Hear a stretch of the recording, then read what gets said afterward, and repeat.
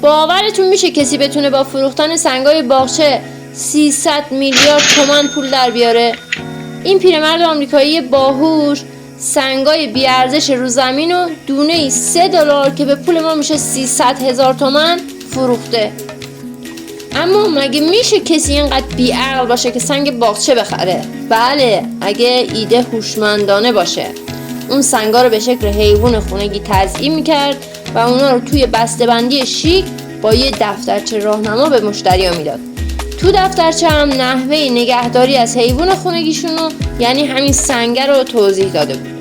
به این تکنیک در بازاریابی میگن ایجاد احساس نیاز در مشتری. هیچ کس به یه سنگ بی ارزش پول نمیده که، اما اون به مشتریا گفت شما به یک حیوان خونگی بی دردسر نیاز دارید که باهاش درد دل کنید. با همین تکنیک 5 میلیون دلار سنگ باغچه فروخت. عجیب‌ترین چیزی که شما تو زندگیتون خریدین چی بوده؟ حتما ویدیو رو لایک کن. اگه برات جالب بود حتما کانالمو سابسکرایب کن چون به حمایتت نیاز دارم.